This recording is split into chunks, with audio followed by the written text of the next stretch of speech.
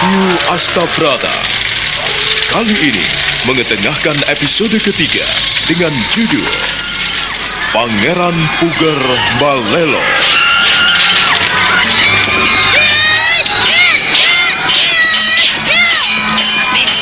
Cerita ini ditulis dan diolah oleh Bu Nergis Muriono. Pengarah cerita dan naskah Agung Bahrodi. Ilustrasi musik Hari Sabar. Teknik dan montase Jenny Mumu. Dengan sutradara Ferry Fadli.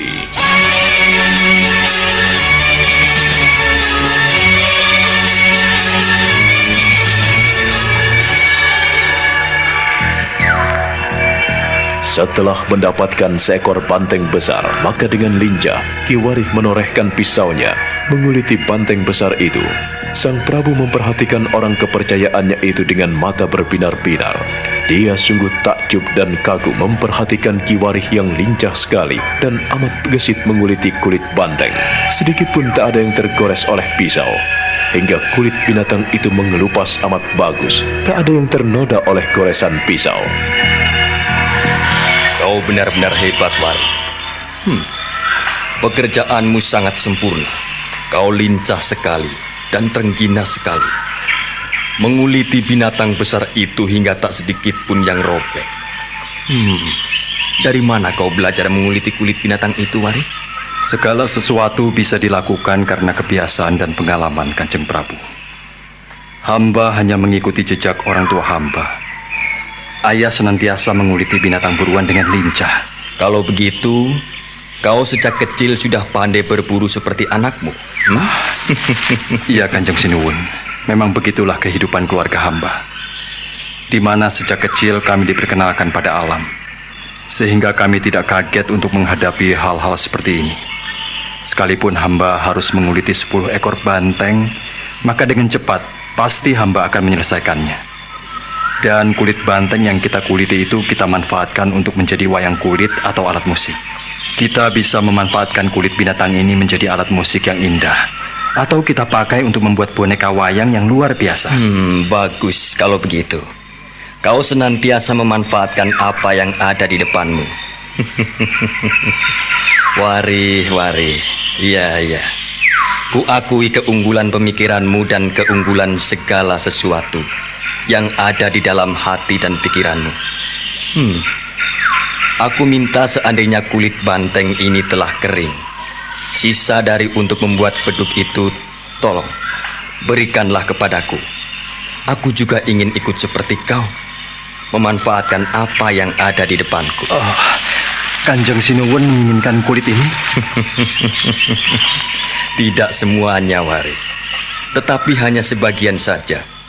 Aku ingin menggunakan sisa-sisa kulit yang telah kau pakai. Jangan pikirkan aku, tetapi pikirkanlah keperluanmu dulu.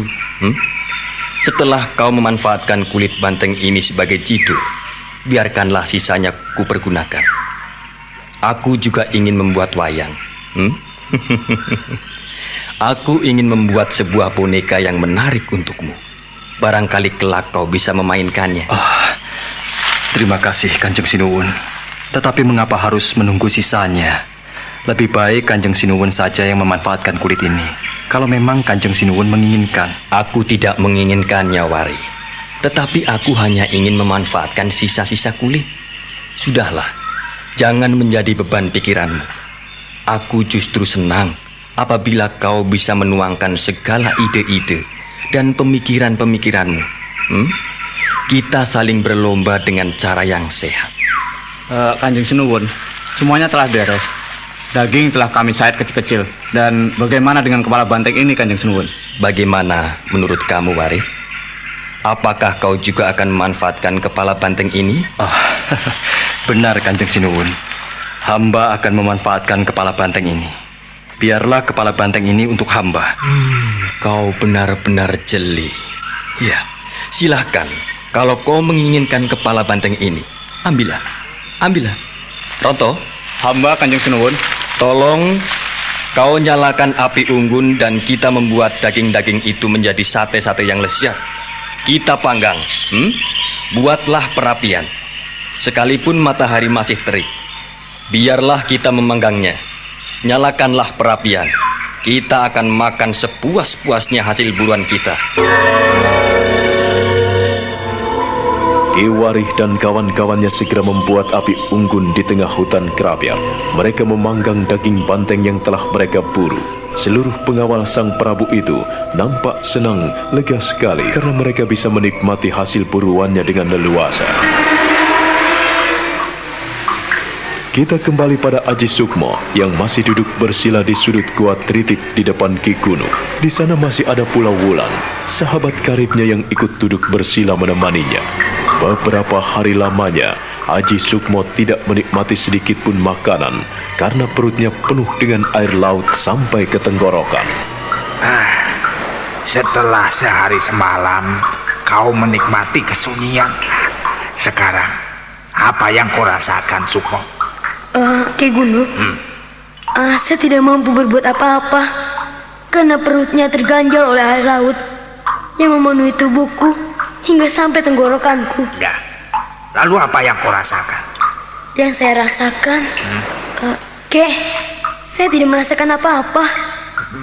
Ya, hanya ketakutan yang mencekam hati dan pikiranku karena kakek Gunung tak pernah ramah padaku. Kakek hanya mau menerimaku begitu saja. Ketika aku pamit, kau pun membiarkan aku dengan dingin.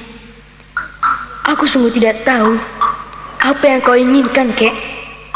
Kau telah menerima diriku sebagai muridmu. Lalu, kau masukkan aku ke dalam air laut dan kau biarkan aku tenggelam dan minum air laut hingga memenuhi tenggorokanku. Aku belum tahu apa maksudmu. Sukmo, kelak kau akan tahu apa yang kau rasakan saat kau tenggelam dan apa yang patut kau lakukan di saat kau tercebur di dalam air. Nah, ketika kau berada di dalam air, kau bisa melakukan banyak hal. Tetapi yang paling penting adalah bagaimana kau menyelamatkan diri agar kau tidak tenggelam. Tetapi mengapa kau di sini tetap juga tenggelam?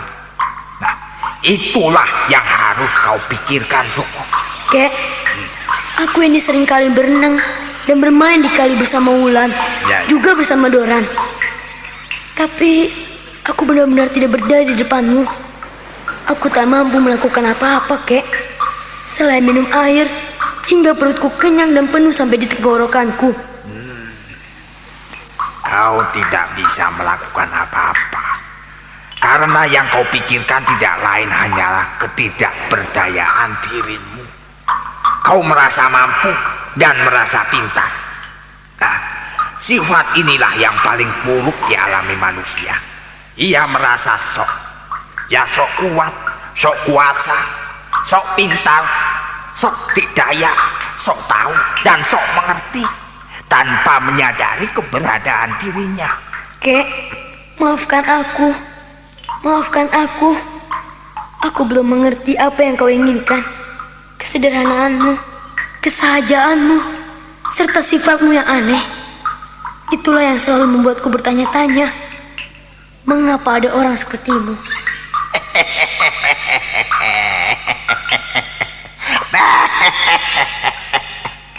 Aji Sukmo, kau benar-benar wiji pinilih yang lahir dari Ading Wulung.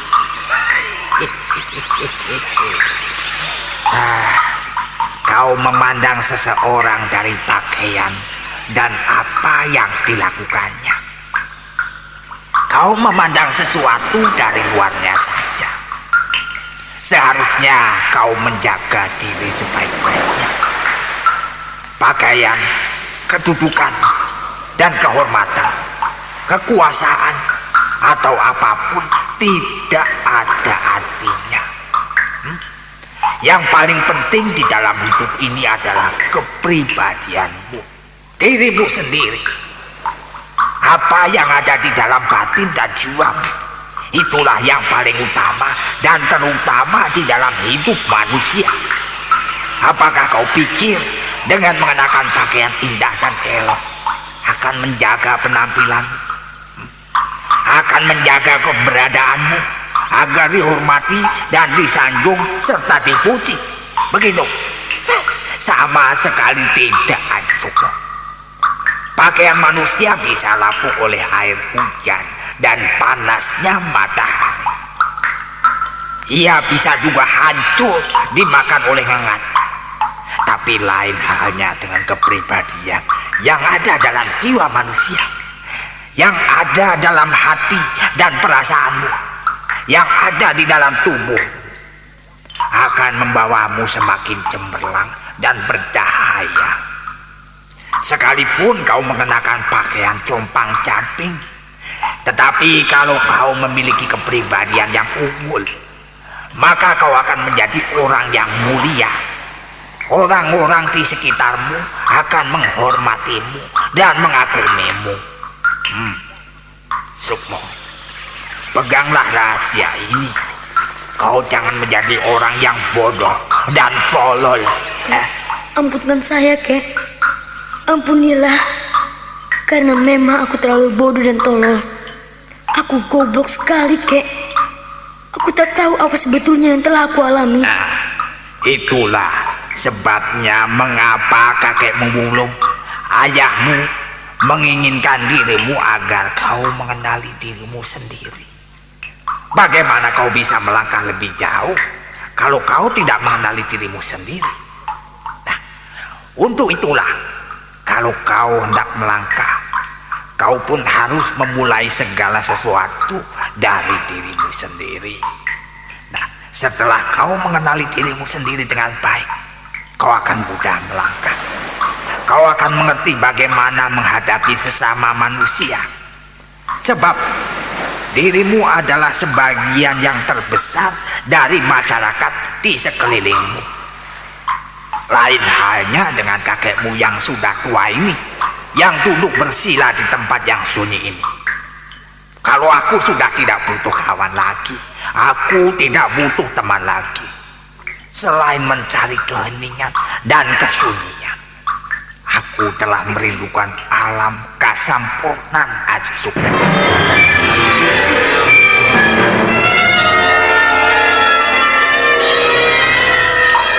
Kek, Ya, aku bangga sekali punya kau. Aku bangga sekali. Di balik keanehan-keanehan sifatmu dan sikapmu, ternyata tersimpan sesuatu yang luar biasa, yang tidak bisa kupikirkan, yang tidak bisa kubayangkan sebelumnya.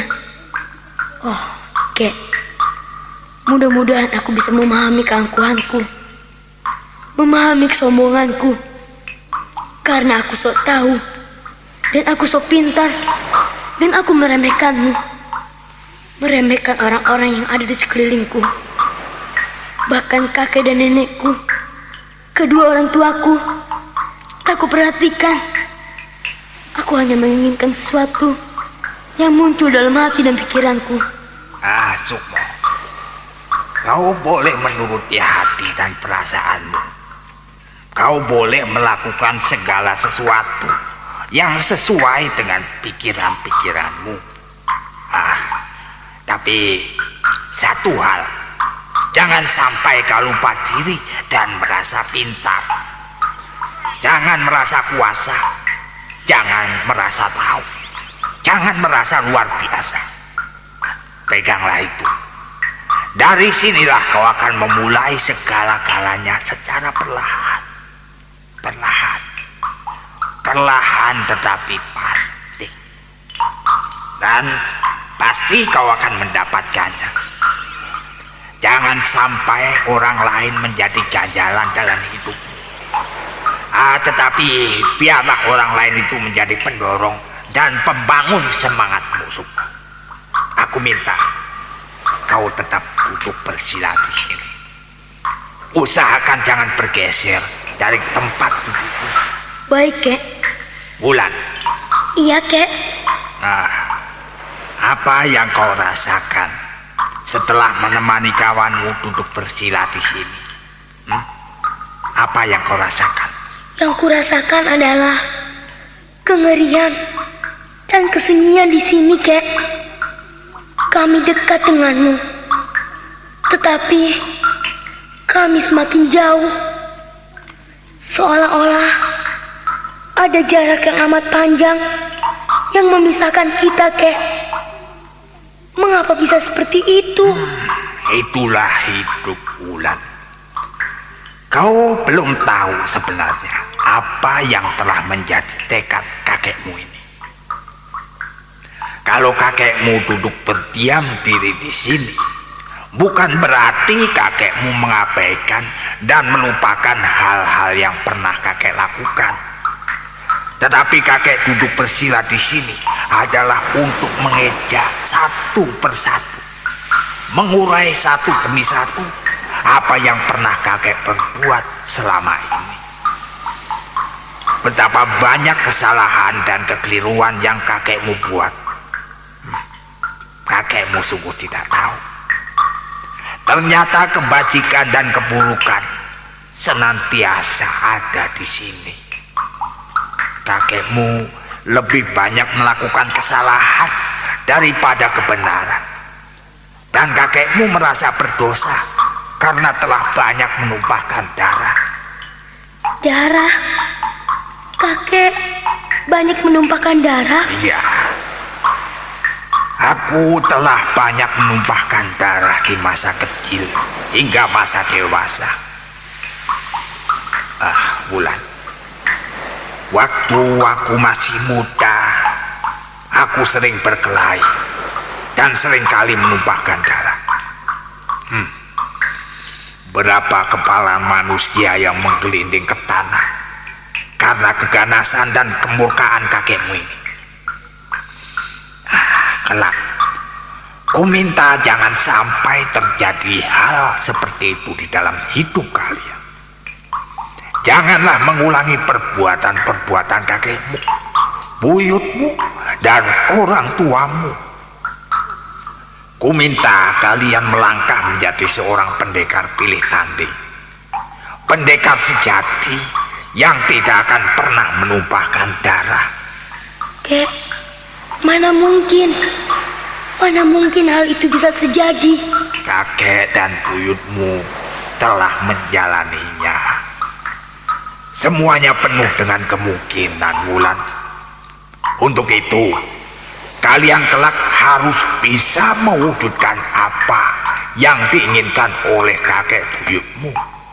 Mewujudkan cita-cita sejati. Menjadi pendekar suci. Pendekar yang tidak pernah menyakitkan sesamanya. Bahkan tidak akan pernah menumpahkan darah.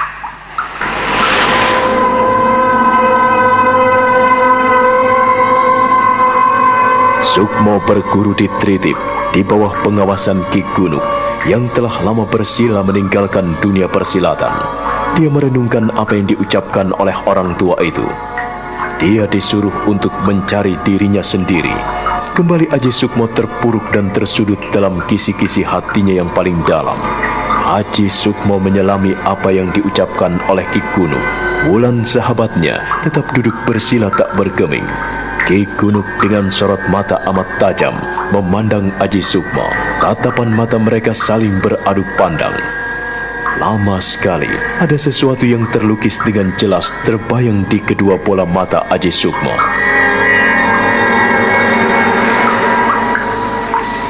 Sukmo, kau telah mengerti apa yang telah terjadi. Kau tidak boleh sembarangan melangkah. Seandainya kau punya keinginan setinggi langit, sesuaikanlah. Selaraskanlah dengan hati dan pikiranmu, dengan kemampuan tubuhmu, dan dengan kemampuan langkahmu. Kau tidak boleh ragu-ragu setelah ku beritahukan semuanya ini kepadamu. Untuk menjadi orang yang sakti mandraguna, tidak harus duduk bersila di sini, Sukmo. Tetapi setelah kau mengenali dirimu sendiri, di sanalah kau akan tahu apa yang paling tepat kau lakukan. Tidak dengan harus duduk bersila, tetapi dengan melakukan kebajikan dan melakukan yang selaras dengan apa yang ada di sekelilingmu. Kek, Ya. kalau begitu izinkanlah aku pergi untuk mencari diriku sendiri, Kek. Terima kasih kepadamu karena kau telah mengakuiku sebagai murid. Kali ini Aku ingin sekali menuju ke Mataram, Kek. Apakah kau mengizinkan aku? Sukmo, kalau itu yang kau inginkan, ya terserah kepadamu. Kau punya hati dan pikiran sendiri, dan kau pun punya perasaan. Sejauh mana kemampuanmu? Kalau kau memiliki tujuan ke sana, pergilah. Dan jangan kau tunda. Kalau kau menunda-nunda keinginanmu, maka kau tidak akan pernah tenteram. Kau tidak akan pernah tenang, Sukmo. Nah, sudah, pergilah. Tetapi hati-hati. Apakah kau pergi dengan Wulan? Aku tak tahu, Kek. Apakah ia mau atau tidak? Yang jelas, aku ingin sekali ke sana. Aku ingin tahu sejauh mana kota Raja Mataram itu. Aku ingin melihat istana. Wulan. Iya, Kek. Apakah kau juga ingin pergi ke Mataram bersama Sukmo? Tidak, Kek. Aku tidak mau pergi. Aku masih kecil. Aku belum tahu kemana harus melangkah. Lagi pula, untuk apa aku ke sana kalau tidak mampu melakukan apa-apa? Tidak, Kek. Aku tidak ikut Sukmo. Aku di sini saja. Aku lebih baik bersamamu. Nah, Sukmo, kau telah mendengar sendiri jawabannya, bukan? Artinya kau akan pergi ke Mataram seorang diri. Nah, sekarang apakah kau telah siap? Sebelum saya sering kemari, saya ingin sekali pergi ke Mataram, Kek. Aku sudah lama berpamit pada Wulan dan Doran, tapi mereka tidak mau ikut. Setelah tertunda cukup lama, terpaksa kali ini aku harus mengikuti kemauanku. Aku tidak bisa menundanya lagi. Ya. Baiklah, Sukmo. Berangkatlah jika hal itu yang kau inginkan. Tetapi ingat, kau harus pamitan pada kedua orang tuamu dan kepada kakek maupun nenekmu. Ingat hal itu, Sukmo. Kau jangan mengabaikan orang-orang tuamu. Sebab bagaimanapun juga, merekalah yang membuat kalian ada di dunia ini. Nah, sekarang lekas dan pergilah. Ingat pesan kakek. Baik, Kek.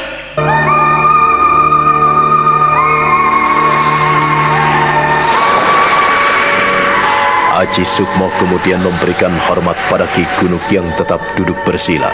Dia meninggalkan orang tua itu yang duduk berhadap-hadapan dengan Wulan. Sukmo meluncur dan menyelam ke dasar sungai yang masuk dalam lorong gua itu. Menyelam hingga akhirnya muncul di muka gua Tritip. Dia kemudian melakukan perjalanan meninggalkan gua itu dengan kekuatan tenaga saktinya untuk meringankan tubuhnya, berlari dan berlari menyusuri semak belukar dan hutan belantara.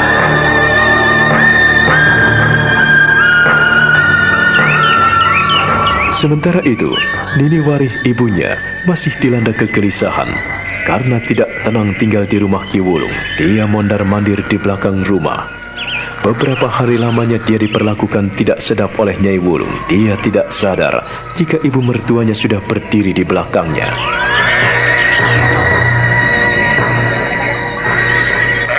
Aku tidak menyalahkanmu, anakku. Tidak, Nduk. Sama sekali tidak. Aku hanya ingin kau menjaga dirimu dengan baik. Jangan sampai orang-orang memandangmu sebagai perempuan murahan.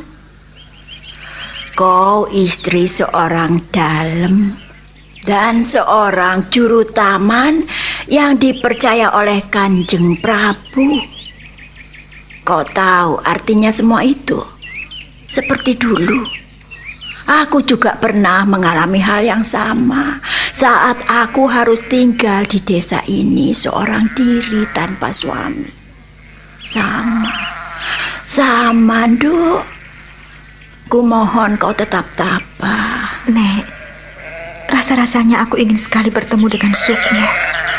Tetapi ia belum juga datang. Aku akan pulang ke rumah, menengok ke rumah Teratak. Aku juga ingin menengok kedua orang tuaku. Aku pergi dulu ya, Nek ya. Kau akan pulang? Jangan, Tondok. Kalau kau pergi dari sini, Artinya nanti kedua orang tuamu bisa marah. Bisa menilaimu yang tidak-tidak. Hanya sebentar, Nek. Barangkali nanti sore aku kembali. Aku tidak menginap di sana. Siapa tahu Sukmo ada di sana. Kalau itu yang menjadi keputusanmu ya terserah. Tetapi jangan menyalahkan nenek dan kakek kalau terjadi sesuatu padamu. Ingat, kau adalah menjadi tanggung jawab kami. Kamilah yang dititipi Warih untuk menanggungmu, bukan kedua orang tuamu. Kalau terjadi sesuatu padamu di sana, nenek dan kakek tidak tahu. Kau paham itu, Nini? Iya, Nek. Apapun yang terjadi, itu menjadi tanggung jawabku. Aku ingin mencari Sukmo di sana. Kalau Sukmo tak ada, aku akan kembali ke sini. Aku pergi dulu, Nek.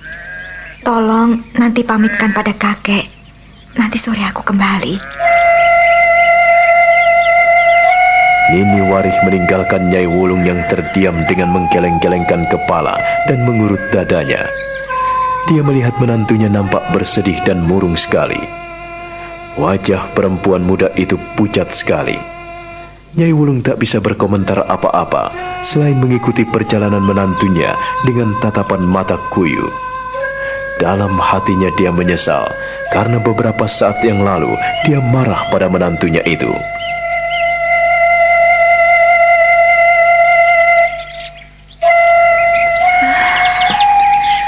Kasihan Kondo.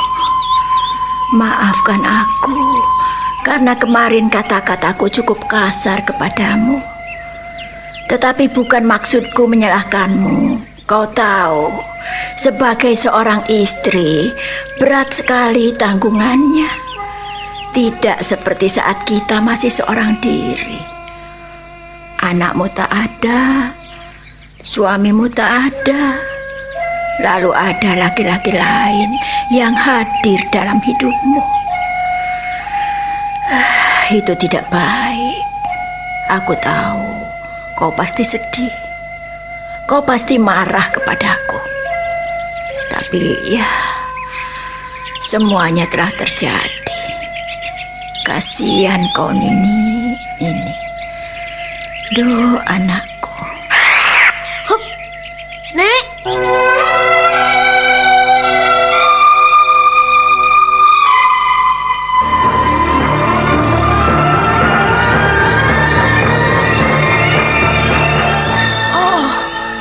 Jagat Dewa Batara. Ger, cucuku. Sukmo. Sukmo, dari mana saja kau, Ger? Dari mana kau, ha? Saya dari tempat kakek Gunuk. Oh alah, Ger. Kau ini bagaimana? Selalu ngeluyur terus dan pergi terus. Kenapa seperti itu, Sukmo? Nenek seperti tidak tahu siapa aku. Kakek ada, Nek? Kakekmu mencari rumput karena kau selalu pergi. Jadi kakekmu lah yang harus memelihara kambing dan dombamu. Kau mau menyusulnya? Tidak, Nek. Kalau tak mau menyusul ya sudah. Sana, makan dulu, minum. Tidak, Nek. Aku justru ingin pamitan kepadamu. Pamitan kemana lagi? Kau ini mau pergi kemana lagi, Sukmo? Datang, pergi. Datang, pergi. Datang lagi, pergi lagi. Kau tidak tahu kalau nenek dan kakekmu ini merindukanmu. Apakah kau juga tidak tahu bahwa ibumu ada di sini? Apa, Nek? Ibu ada di sini? Memangnya ibu pulang dari Mataram? Iya, ibumu baru pulang dari Mataram bersama ayahmu untuk menjengukmu. Tetapi kau selalu pergi. Dan ia ingin sekali bertemu denganmu, Sukmo. Lalu di mana ibu dan bapakku? Bapakmu sudah kembali ke Mataram. Dan ibumu sekarang menuju ke Teratak. Menuju ke rumah kakekmu. Salah sendiri. Salah sendiri. Salah sendiri bagaimana? Kau jangan seperti itu, Aji Sukmo. Kau jangan menyalahkan orang tuamu seperti itu. Ibumu itu sangat kangen padamu, Ger. Kau harus mengejarnya. Baru saja dia pergi dari sini, Dia mencarimu ke rumah orang tuanya. Ayo, susulah dia. Cepat susul. Tidak, Nek. Aku tidak mau menyusulnya. Aku tidak mau mengejarnya. Untuk apa? Aku ingin pergi ke Mataram. Dan aku tidak akan mengganggunya. Biarkan dia pergi. Aku tak mau tahu. Loh, mengapa kau mengeraskan hatimu, Ger? Mengapa? Tidak adakah sedikit kau luruhkan hatimu? Kau melihat kedua orang tuamu bersusah payah. Nenek dan kakekmu juga senantiasa merindukanmu. Sangat sayang kepadamu. Tetapi mengapa kau tidak mau tahu? Tidak, Nek. Bukannya aku tidak mau tahu. Kakek juga pernah bilang kalau aku disuruh untuk mencari diriku sendiri. Sekarang aku telah mendapatkannya, Nek. Aku telah mendapatkan diriku sendiri. Dan aku tahu siapa Aji Sukmo. Izinkanlah aku tetap melangkah dan berjalan. Nenek jangan menghalang-halangiku. Siapa yang menghalang-halangimu, Ger? Tidak ada yang menghalang-halangimu. Nenek mengizinkan. Kakek mengizinkanmu apabila kau mau pergi. Tetapi kau harus tahu bagaimana orang-orang di sekelilingmu amat mengharapkanmu. Kau jangan seenakmu, Sukmo. Sana, ku minta kau mengejar ibumu yang sedang menuju ke rumah nenek dan kakekmu. Ayo, pergilah sana. Kau jangan melupakan kedua orang tuamu, Ger. Aku tak pernah melupakannya. Siapa yang melupakan kedua orang tuaku? Tidak kan?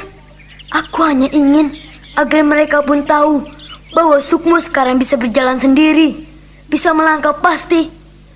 Tolong pamitkan pada ibu dan kakek, Nek. Kalau hari ini aku pergi ke Mataram.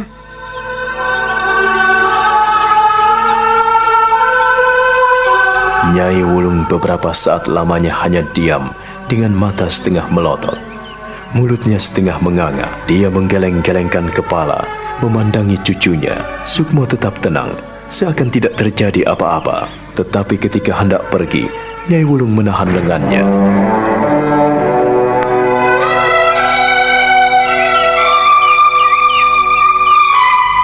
Nenek tidak perlu menahanku. Aku tidak akan melepaskanmu pergi. Untuk kali ini kau harus tetap tinggal di sini, Ger. Nek, ada sesuatu yang ingin kulakukan di Mataram. Kau jangan menahanku. Kau jangan menghalang-halangiku. Tolong, lepaskanlah tanganku. Lepaskanlah, Nek. Tolong sampaikan pada ibu dan kakek bahwa aku menuju ke Mataram. Tidak, Ger. Jangan, Ger. Tunggulah. Ibumu nanti sore akan kembali ke sini. Ia ingin sekali bertemu denganmu, Ger. Walah, Ger. Mengapa kau keras kepala seperti ini?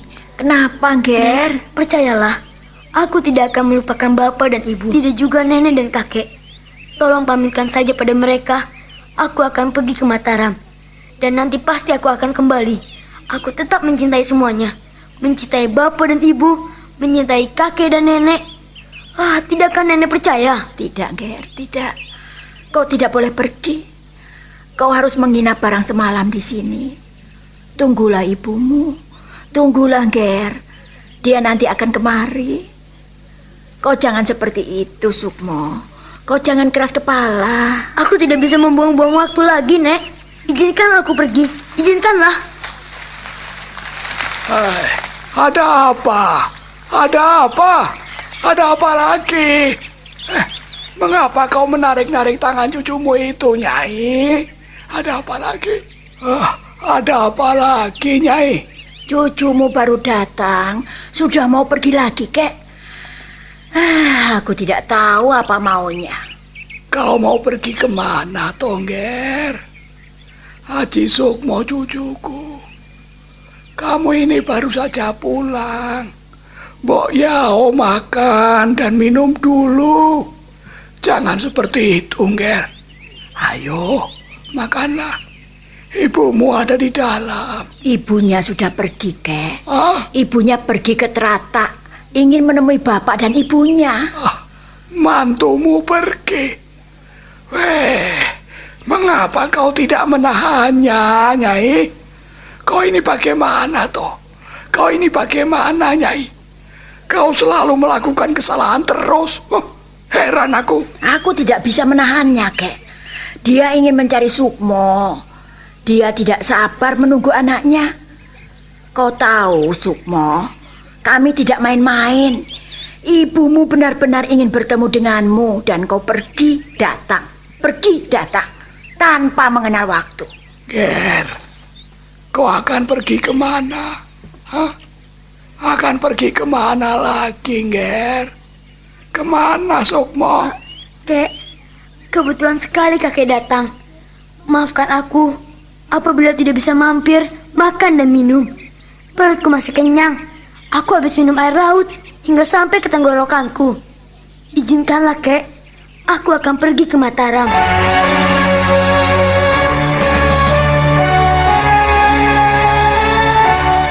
Nah, apa yang sebenarnya terjadi?